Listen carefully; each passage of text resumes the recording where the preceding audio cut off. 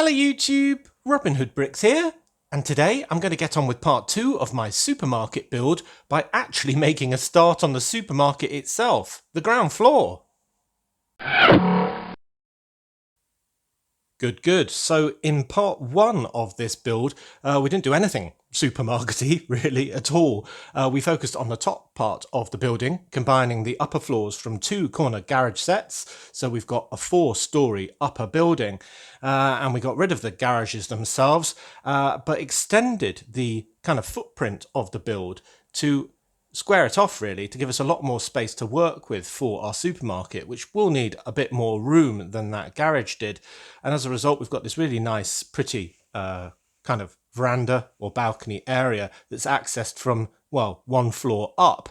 So that gives us a much better kind of space to work with or work under, really. And one really good suggestion that I had from last time was just swapping the alternate balcony from these 2 floors to basically these 2 floors, so I didn't have a small one on the same floor as the big one. So I think I will be doing that in due course. So I'll give you your bedoing now. I had all sorts of ideas for what to use these floors for, but really in this series at least I'm going to focus on the supermarket itself and getting that done before coming back for a later series to try and populate the insides of these and maybe give them some really interesting 3D signs. I've had lots of suggestions for those, and some more minor improvements like maybe covering up this crease and this crease with drain pipes or something like that. And looking at it, I think that might be possible. So yeah, we'll do that later. So today we're going to focus, as I say, on starting off that supermarket. And I've got my supermarket employees here, which I just absolutely love their uniform. And the colour of their uniform, the sort of colour scheme with a pink band and this lime stripe and all the rest of it, is very much going to inspire the sort of branding of my supermarket chain.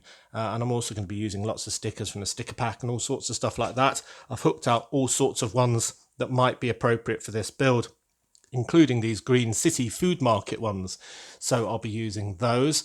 And then I've got all my pieces that I've sort of been accumulating in bags for this build, kind of all sorted into different types. I've got my grey there, some white and more white bricks and glass pieces and different colours, black, green, all sorts, and there's absolutely loads of them, as you can see. And this bag is absolutely crammed full of produce. So I've got everything from sort of boxes of cake mix and cakes themselves, cat food, fruit, veg, all sorts of stuff in here, newspapers. And I won't be able to accommodate all of this in my supermarket. There's just too much. But I thought the rest of it can go in my cargo area or other stores or scenes or goodness knows what. But that is what we've got to choose from. I seem to have a huge amount of watermelons, actually.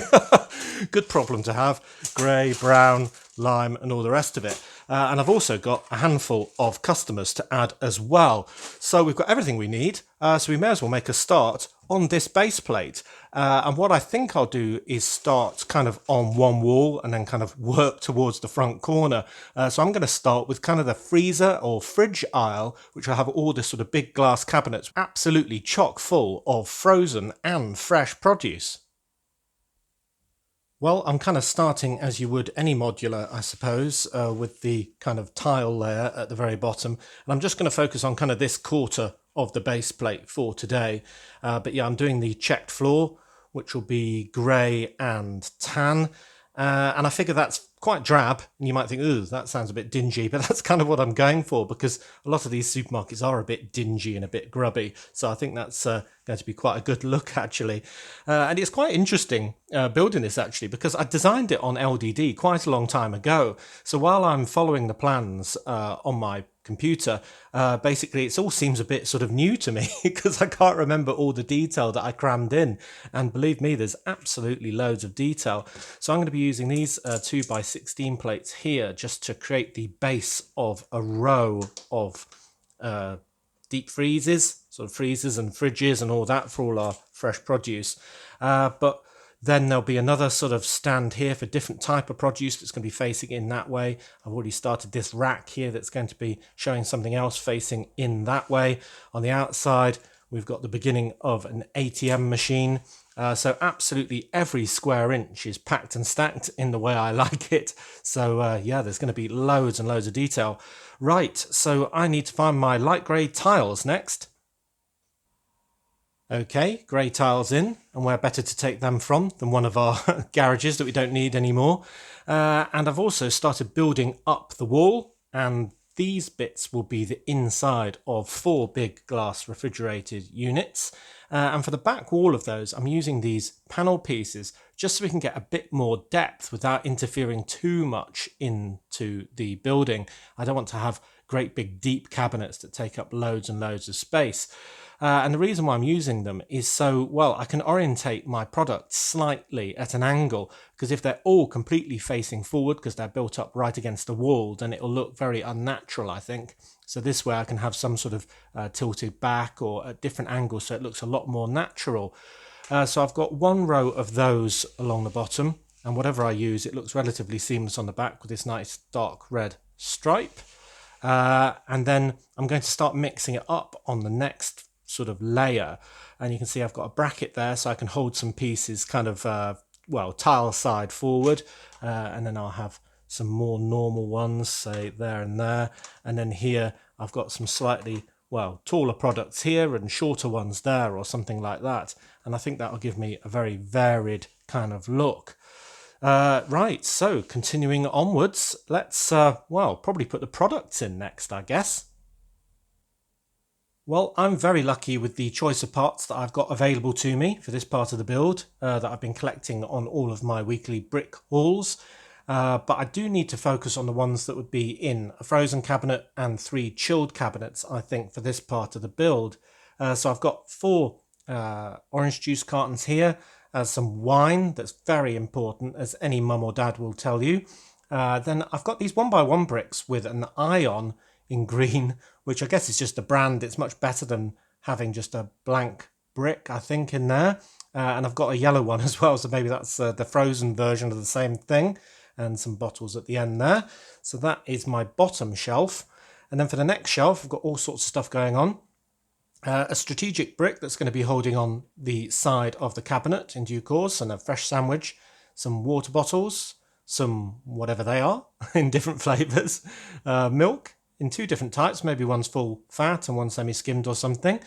The cheese section with all sorts of different cheeses, including a blue one on the end, which will be sort of veiny and all the rest of it. That, I figure, is another sort of product that's got a brand attached to it that's in the freezer section. And then I've got a bracket on the side there, so I can add some frozen pizzas. And in order to stagger the second one, I've just put a 1x2 plate under that. So that'll look very bright as well. So I'll push that down properly in a minute. And then just to fill in the gaps, I've got a few more sort of bits and bobs for a smaller shelf along there.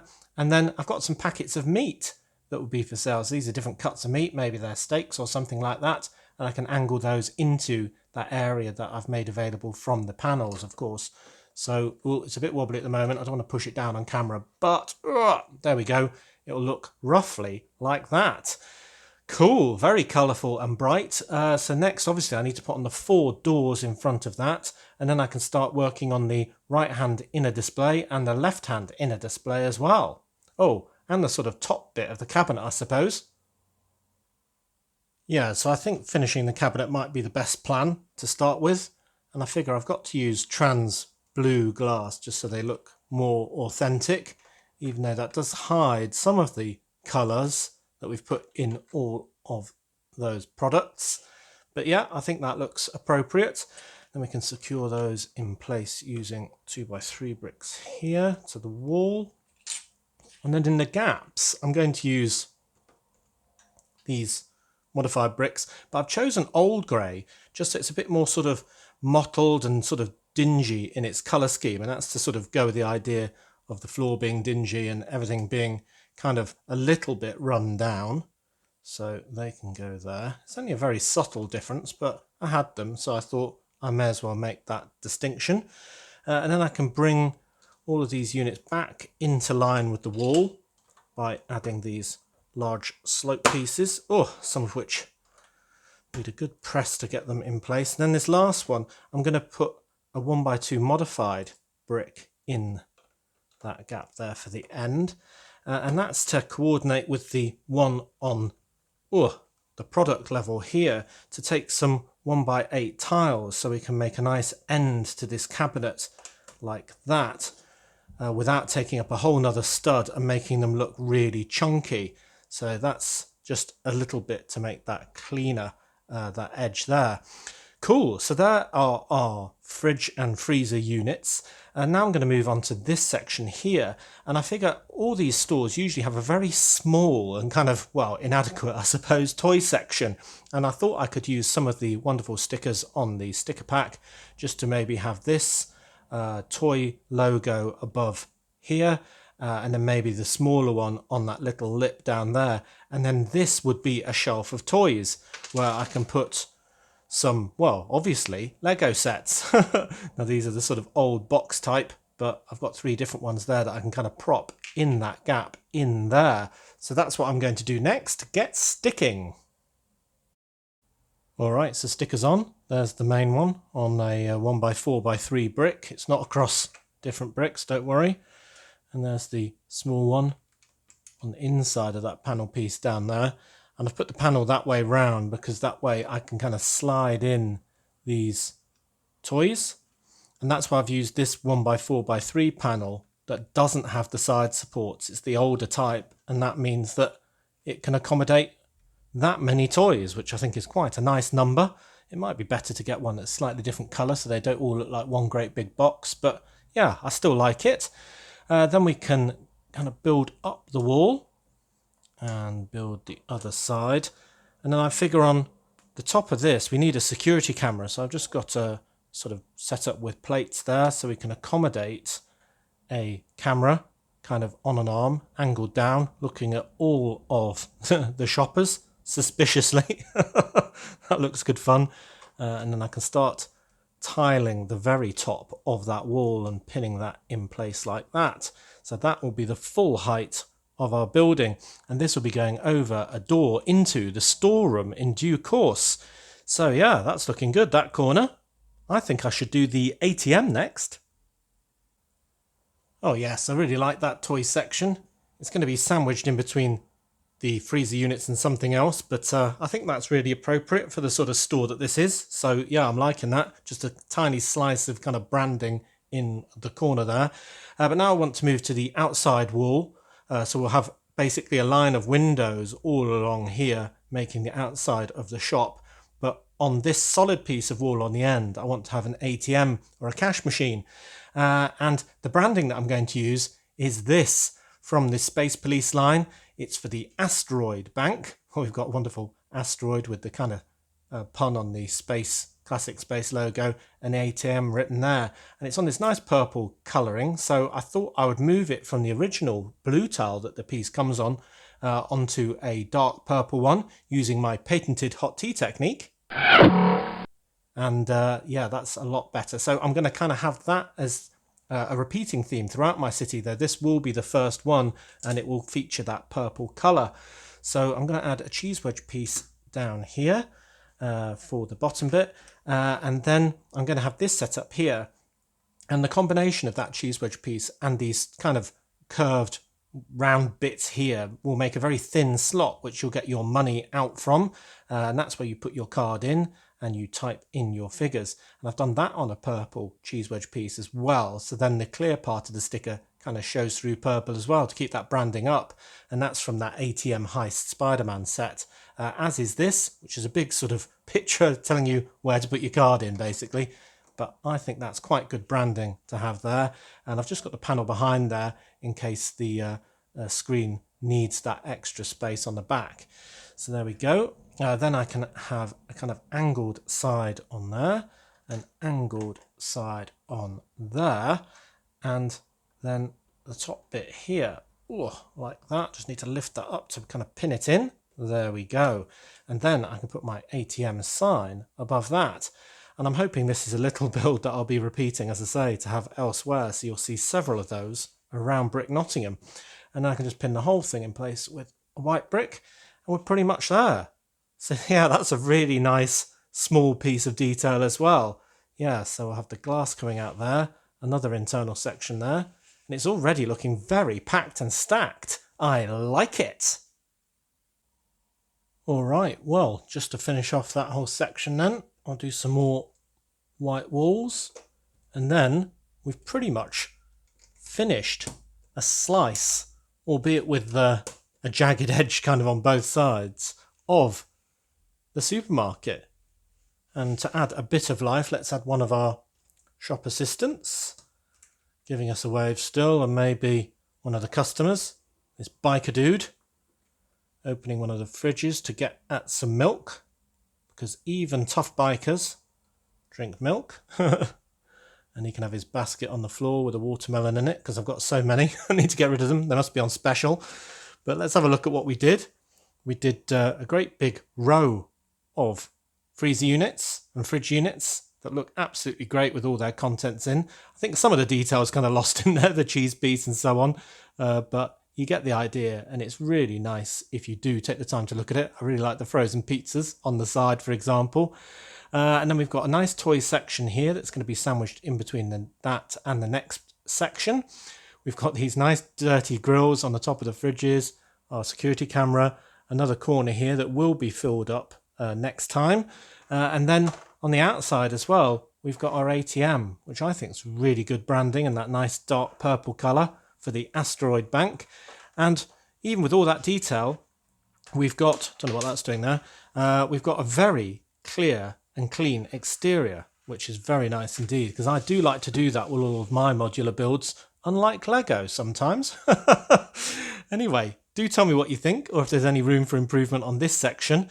But yeah, we've got a lot more to go. Well, that build process was really good fun. As I say, it was quite interesting to be looking at plans I made many months ago and trying to work out what on earth I was thinking when I was doing them. But yeah, it's all come together quite well. And we've got plenty more to do in future parts. So that will be really good to look forward to. So as always, thank you very much for watching. It is appreciated. Do remember to like, comment and subscribe for more awesome LEGO videos. And if you value this channel, there are many ways in which you can support it. Do check out the links in the description below. And indeed, if you want to send something to the channel, you can to the normal address. But next time on Robin Hood Bricks, we'll be doing a small mock build on Monday. Then we'll be doing a brick haul on Wednesday. And then I think we just have to come back here for part 3 of our supermarket build next Friday. So until all of that, see you!